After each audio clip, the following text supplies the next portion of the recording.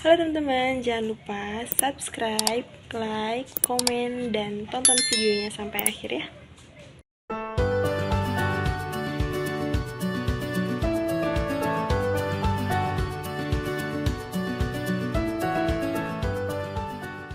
Assalamualaikum warahmatullahi wabarakatuh.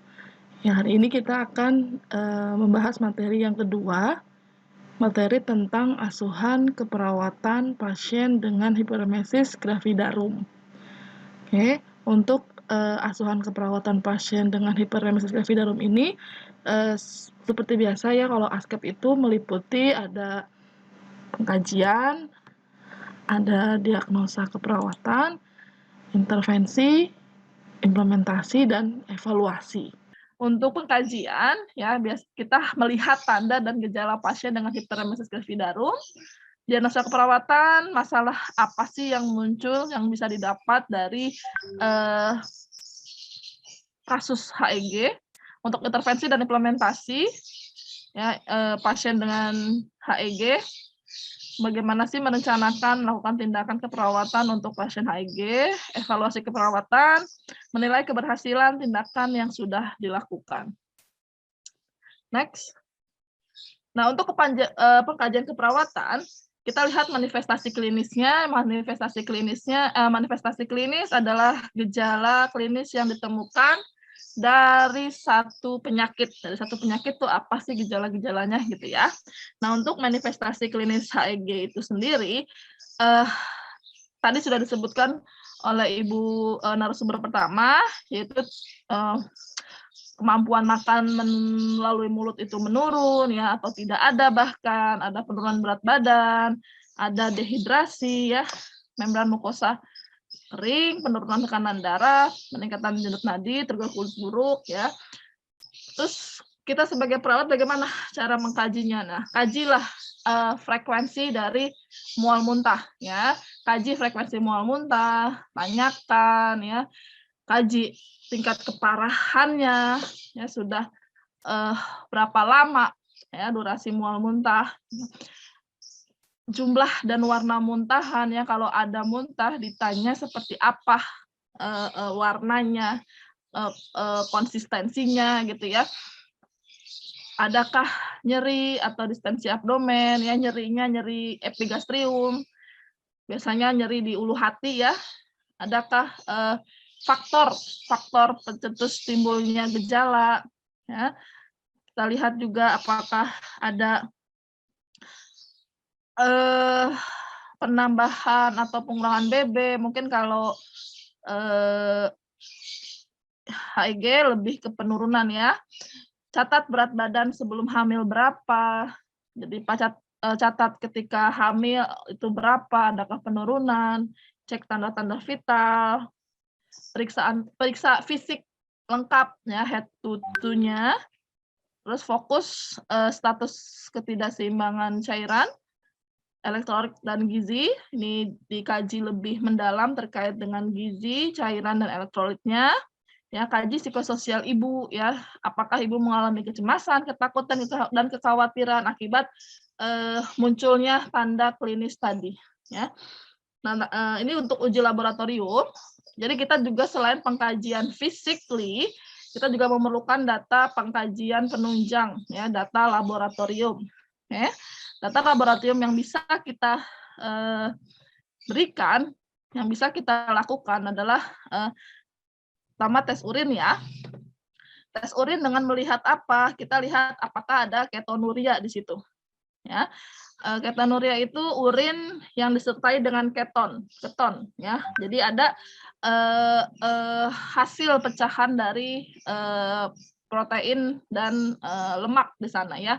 Karena adanya kelaparan ya, adanya puasa tidak makan, sehingga bukan cadangan glukosa, bukan glukosa yang dipecah, bukan karbohidrat yang dipecah, malah protein dan lemak, sehingga keluarlah keton di dalam urin.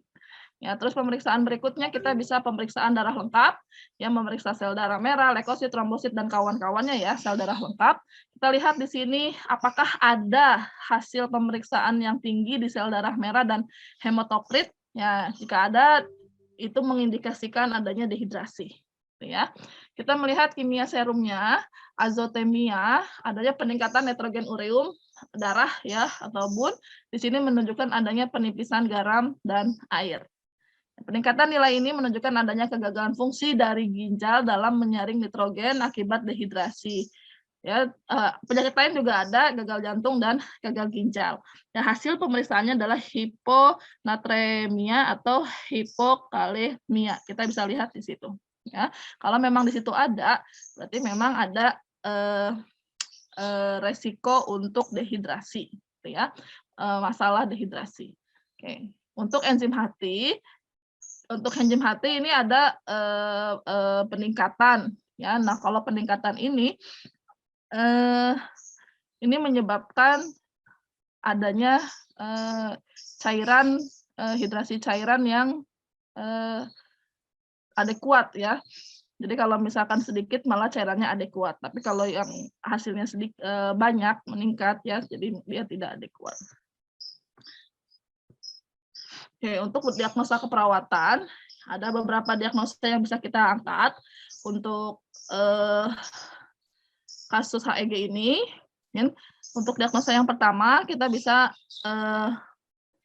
mengangkat nausea, ketidakseimbangan nutrisi, kurang dari kebutuhan ya.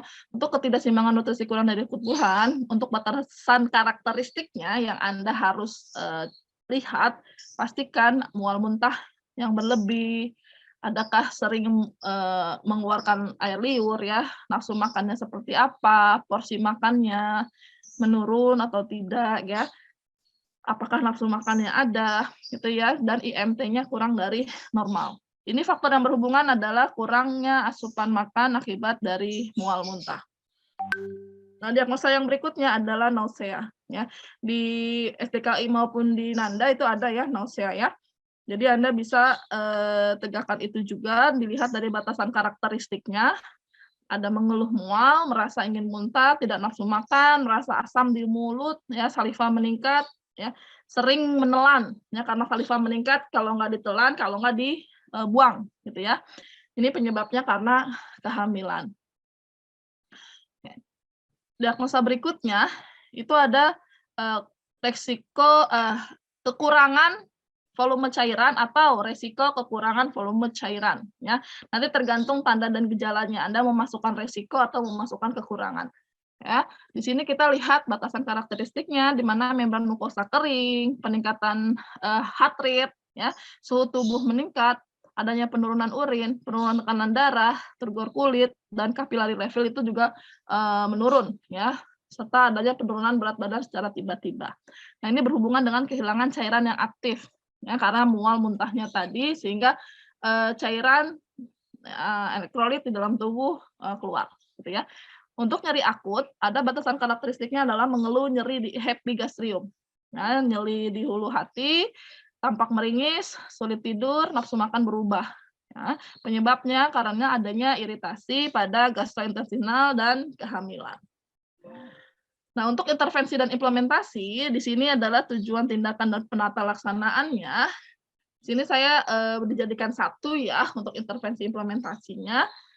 Pertama untuk kekurangan atau resiko kekurangan volume cairan, ini setelah 24 jam dilakukan tindakan, harapannya adalah hidrasinya adekuat, muntah menurun, ya, adanya perbaikan asam basa, adanya keseimbangan intake output, ya. Intervensi implementasinya apa yang bisa kita lakukan ya? Lakukan penilaian setiap 8 jam, kaji karakteristik dari mual muntah. Frekuensi seperti apa, berapa sering, berapa lama, sekali muntah berapa banyak ya. Itu kita kaji itu. Ya, warna muntahnya gitu ya. Apakah ada tambahan gejala lain ya seperti nyeri perut, ada diare enggak ya, itu perlu kaji lebih dalam. Apakah ada rasa yang tidak nyaman setelah makan? Selanjutnya kita bisa mengkaji tanda dehidrasi seperti membran mukosa kering, turgor kulitnya menurun, ya, penurunan tekanan darah, meningkatnya heart rate, penurunan suhu tubuh, penurunan urin, nilai laboratorium tadi juga ya, adanya peningkatan nilai imun dan adanya peningkatan hematokrit. Ya. Terus setiap 8 jam kaji ketidakseimbangan elektrolit. Lihat kelemahan ototnya, kram ototnya, iritabilitas dan rasa panas di ulu hati ada nggak gitu ya. Cek hasil labnya. Oke. Ini kaji setiap 8 jam. Oke. Selanjutnya mulai pasang atau monitor hidrasi dengan intravena. Ya. Pasang IV line jika dibutuhkan, pasang infus jika dibutuhkan, gitu ya, dan monitor itu. Oke. Termasuk perbaikan elektrolit, tidak ada yang bisa masuk melalui mulut ya, sehingga hingga 48 jam sehingga pertimbangan diberikan IV line atau infus itu dilakukan, gitu ya. Dorong pasien untuk makan minum sekitar 100 ml. Ya, usahakan ada yang masuk walaupun sedikit. Ya, 100 ml kan nggak banyak ya, tapi usahakan itu masuk. Ya, walaupun upaya itu berat bagi pasien ya, tapi dorong untuk pasien tetap melakukan secara peroral, gitu ya. Selanjutnya untuk nausea dan ketidakseimbangan nutrisi kurang dari kebutuhan tubuh, terus setelah 24 jam dilakukan tindakan, diharapkan asupan nutrisi meningkat, adanya keseimbangan elektrolit, adanya keseimbangan status nutrisi, dan menunjukkan keseimbangan asam basa. Sarankan untuk menghindari makanan yang memiliki bau menyengat, ya, pedas, terlalu manis, berminyak, dan berlemak. Ini usahakan ibu hamil tidak mengkonsumsi hal-hal tersebut, ya, karena akan merangsang mual muntahnya. Sarankan pola makan alternatif ya dengan sedikit tapi sering. Ya, misalkan kita bikin polanya makan itu 6 kali per hari atau lebih ya, karena sedikit tapi sering. Biasanya kalau tidak hamil sehari 3 kali ya. Sekarang hamil minimal 6 kali gitu ya, atau lebih boleh silahkan karena kita bikin sedikit tapi sering. Ya, diikuti dengan minum minuman yang bening gitu ya. Jangan yang menyengat kayak soda gitu ya. Minuman tajam ya, minuman yang ada pemanis buatannya itu dihindari karena akan merangsang mual muntah ya. Sarankan makan tinggi protein dan kalori. Jika mual sudah tidak ada setelah 30 atau 60 menit setelah diberikan obat mual muntah ya. Kalau mau makan yang tinggi protein, tinggi karbohidrat, usahakan setelah minum obat, setelah 30 sampai 60 menit minum obat mual muntah ya. Itu boleh diberikan ya setelah diberikan obat mual muntah ya.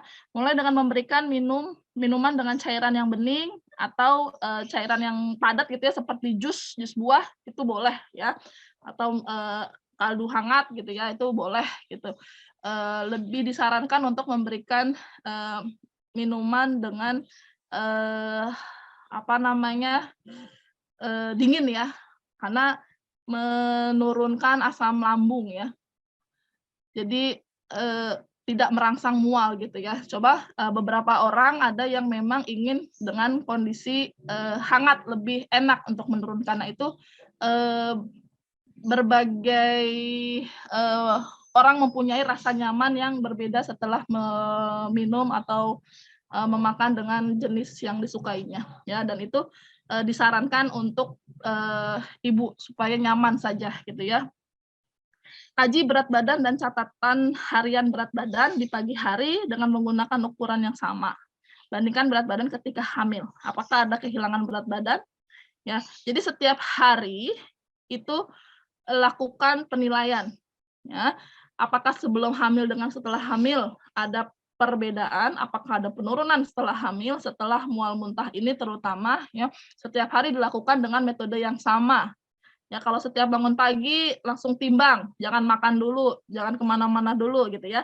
Jadi nanti setiap pagi seperti itu, setiap bangun tidur langsung timbang, lihat berat badannya berapa, apakah ada penurunan gitu ya, menggunakan timbangan yang sama. Ya. Kaji adanya tanda kelaparan, ada nggak ketonuria, ada nggak kelebihan cairan mukosa gitu ya. Kalau itu ada, berarti memang pasien tidak ada masukan asupan makanan gitu ya. Berikan alternatif terapi untuk mual dan dengan memberikan minuman jahe atau berikan obat anti-emetik. Ini kalau obat anti-emetik ini alternatif farmakologinya ya.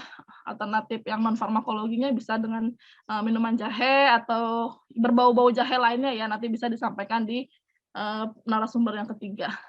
Oke. Next ada diagnosa untuk ansietas juga. Nah, untuk pasien dengan hiperemesin HEG ini ya. Ansietas terjadi karena adanya ketakutan terhadap diri dan kondisi anaknya, kondisi fetus ya. Setelah 1 sampai 2 jam dilakukan tindakan, harapannya adalah pasien bisa mengungkapkan kecemasannya. Apa yang membuat dia merasa takut, cemas, khawatir gitu ya. Penilaian support system menggunakan kekuatan mekanisme coping dan coping diri dan dukungan keluarga. Ya, jadi adanya kita mendapatkan tujuan kita memberikan tindakan ini adalah untuk mendapatkan coping diri dan keluarga, menggunakan si pasien bisa menggunakan kekuatan mekanisme copingnya ya, serta bisa menilai mana yang bisa mensupportnya, mana yang bisa membantunya untuk mengurangi rasa yang saat ini sedang dialaminya, gitu ya. Tindakannya apa? Ajarkan pasien untuk menggunakan waktu yang ada agar perasaannya menjadi lebih baik. Ya, jadi aktivitas hariannya coba diisi dengan kegiatan yang bisa mengalihkan dari perangsangan yang menyebabkan bau, menyebabkan dia muntah, gitu ya. Itu diarahkan untuk itu. Jadi lakukan waktu semaksimal mungkin agar waktu itu menjadi kegiatan tersebut menghilangkan konsentrasi dia terhadap perubahan yang ada di dalam dirinya, gitu ya. Identifikasi support system, ya. Kaji interaksi pasien dengan orang yang membantu dan buat perencanaan bersama tentang adaptasi perubahan kegiatan harian. Ya, kita bisa menanyakan kepada pasien kira-kira siapa yang bisa mensupportnya ya. Kita bikin rencana bersama tentang perubahan yang terjadi. Apa yang akan kita lakukan ke depannya terhadap perubahan ini? Siapa orang-orang yang bisa mensupportnya?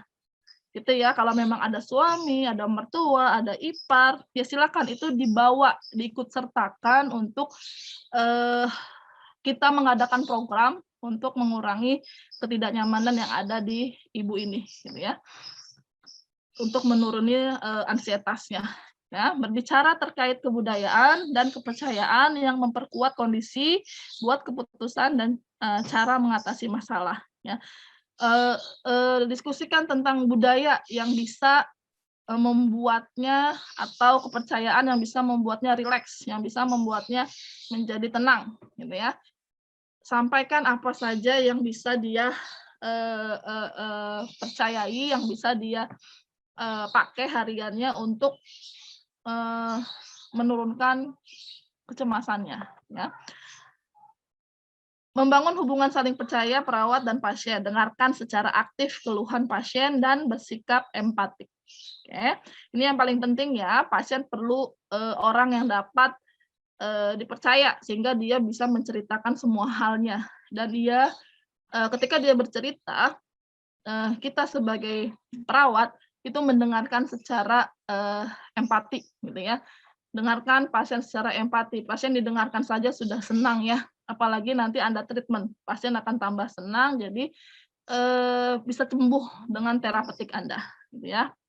Kaji stresor pasien dan persepsi terhadap status kesehatannya. Apa yang membuat pasien menjadi panik? Apa yang membuat pasien menjadi takut? Gitu ya. Apa yang membuat pasien menjadi terangsang sehingga dia berpikir macam-macam sehingga timbullah mual, muntah gitu ya. Karena mual muntah itu juga adanya stresor gitu ya. Berikan support untuk direkomendasikan ke ahli gizi dan ke ahli spiritual gitu ya, jika diperlukan. Jadi kita bisa bekerja sama dengan profesi lain untuk memberikan support system buat pasien dengan HEG ini. Evaluasi keperawatan untuk masalah nutrisi, di sini bisa melaporkan aktivitas hariannya memadai. Ya, jadi kondisi nutrisinya sudah sesuai dengan harapan per harinya. Setiap harinya sudah ada harapan gitu ya, peningkatan. Asupan dan berat badannya stabil ya, makin lama semakin meningkat gitu ya. Peningkatan berat badan sesuai dengan tujuan, berat badan ideal menurut tinggi badan, mampu mengidentifikasi kebutuhan nutrisi, tidak adanya tanda-tanda malnutrisi dan menunjukkan peningkatan fungsi rasa menelan ya. Kita mengevaluasi ini melihat dari tanda dan gejala ya. Ini adalah evaluasi yang disesuaikan dengan tanda dan gejala yang ada. Jika tanda dan gejala ada, ya evaluasi kita harapannya adalah tanda dan gejala tersebut hilang atau lebih meningkat atau lebih baik, gitu ya. Evaluasi untuk cairan pada pasien HIG adalah menyatakan tidak mual, mukosa bibirnya lembab, tekanan darah, suhu dalam batas normal, urin output sesuai berat badan. Ya tadi urin output karena tidak ada yang masuk, ya jadi urin outputnya juga sedikit gitu ya, sehingga HT-nya tuh meningkat ya, labnya seperti itu.